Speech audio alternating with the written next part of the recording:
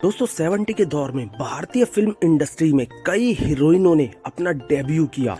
न जाने कितनी ही हीरोइनें आई, सफल भी रहीं, असफल भी रहीं, लेकिन एक अभिनेत्री ने ऐसा बॉलीवुड में डेब्यू किया कि अपनी सुंदरता और अपने अभिनय की ऐसी मिसाल दी कि लोग दीवाने हो गए। जी हाँ, आज मैं बात करने जा रहा हूँ भारतीय फिल्म इंडस्ट्री की एक बेहतरीन अदाकारा और वर्तमान में मथुरा उत्तर प्रदेश से सांसद हेमा मालिनी की। जी हाँ, प्रसिद्ध अभिनेत्री और नृत्य में पारंगत हेमा मालिनी का बॉलीवुड की उन गिनी चुनी अभिनेत्रियों में नाम लिया जाता है जिन्होंने अपनी सुंदरता और अपने अभिनय का एक अनूठा ही संगम देखने को मिला।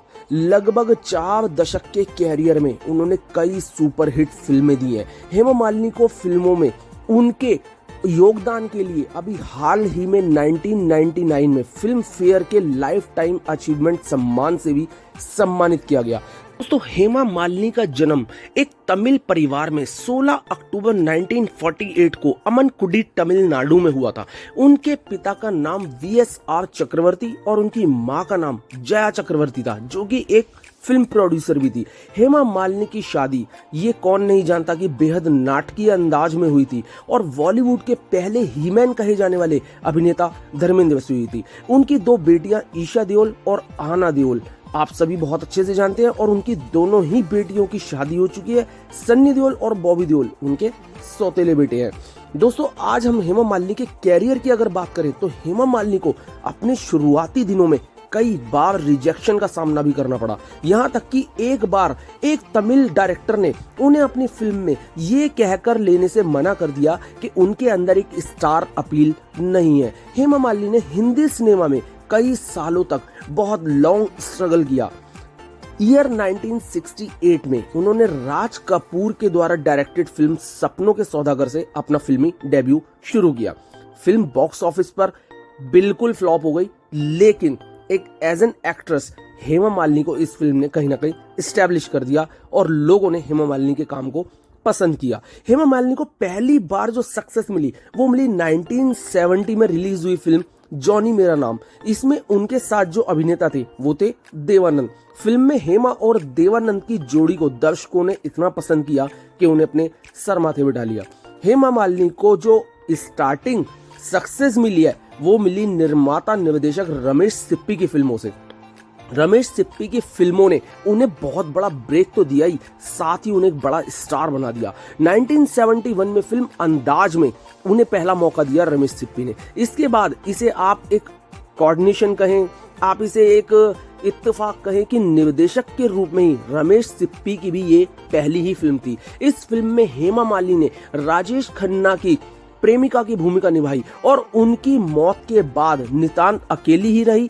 इसके ऊपर ये कैरेक्टर रोल प्ले किया जिसमें हेमा मालिनी ने इतनी शानदार तरीके से अपना रोल प्ले किया कि दर्शक आज भी उस रोल को भुला नहीं पाए हैं। 1972 में हेमा मालिनी को रमेश सिप्पी ने ही एक और फिल्म ऑफर की जिसका नाम था सीता गीता। इस फिल्म में काम करने के दौरान उनके कैरियर का ग्राफ बहुत तेजी से ऊपर गया क्योंकि ये फिल्म उनके लाइफ में मील का पत्थर साबित हुई। दोस्तों, इस फिल्म की सफलता के बाद शोहरत की बुलंदियों पर हेमा मालिनी का नाम पहुंच चुका था। उन्हें इस फिल्म में दमदार अभिनय के लिए सर्वश्रेष्ठ अभिनेत्री के लिए फिल्म फेयर पुरस्कार से भी सम्मानित किया गया। रमेश सिप्पी द्वारा ही निर्देशित फिल्म सीता और गीता में जुड़वा बहनों की जो कहानी दिखाई गई वो एक ग्रामीण कहीं ना कहीं माहौल में पली बड़ी थी और बहुत डरी सहमी रहती थी और दूसरी बहुत तेज तर्रार युवती थी जिसके ऊपर आपने श्रीदेवी की भी एक फिल्म देखी होगी।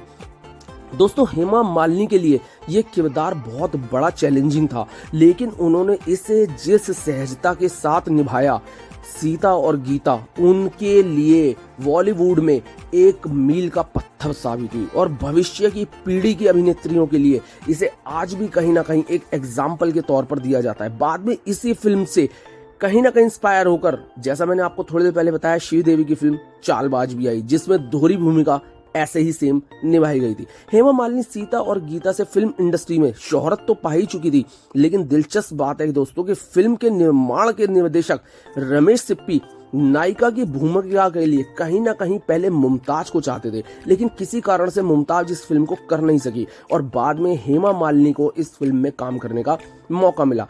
पर्दे पर हेमा मालिनी की जोड़ी धर्मेंद्र के साथ ऐसी जमी कि लोगों ने इस जोड़ी को सुपर हिट ही करार दे दिया। 1975 में आई फिल्म शोले में धर्मेंद्र ने वीरू और हेमा मालिनी ने बसंती की भूमिका से दर्शकों का वो मनोरंजन किया कि हेमा और धर्मेंद्र की जोड़ी लोगों को इतनी पसंद आई कि धर्मेंद्र रियल लाइफ की ड्रीम गर्ल हेमा मालिनी और रियल लाइफ की ड्रीम गर्ल दोनों एक हो गए। यानी बाद में इस जोड़ी ने चरस, आसपास, रजिया सुल्तान, अली बाबा और ना जाने कितनी ही फिल्मों में एक साथ काम किया।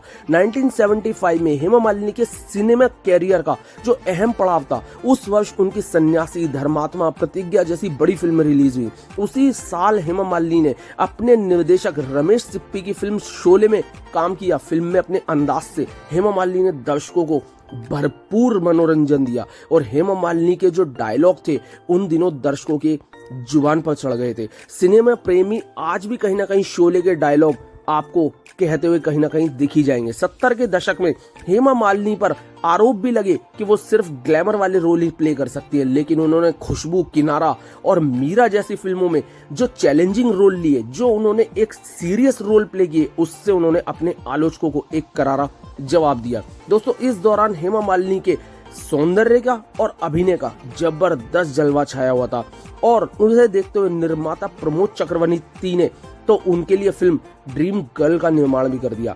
अब हाल ही में हेमा ने 2003 में भारतीय जनता पार्टी की ओर से राज्यसभा सांसद बनकर अपने कैरियर की एक और शुरुआत की है। इस वक्त वो उत्तर प्रदेश के मथुरा जिले से लोकसभा सांसद है। हेमा को अपने फिल्मी कैरियर में कई पुरस्कार मिले हैं, लेकिन साल 1999 में भारत सरकार द्वारा उन्हें पद्मश्री से सम्मानित किया गया और इसके अलावा हेमा मालिनी फिल्म फेयर के लाइफ टाइम अचीवमेंट अवार्ड से भी नवाजी जा चुकी है। तो ये थी दोस्तों हेमा मालिनी के जीवन के कुछ अनछुए पहलू। अगर पसंद आए हो तो प्लीज लाइक, शेयर, सब्सक्राइब जरूर कर दीजिएगा, क्योंकि बहुत जल्द आ रहा हूं एक और कलाकार के जीवन के अनछुए पहलू लेकर। Thank you so much guys.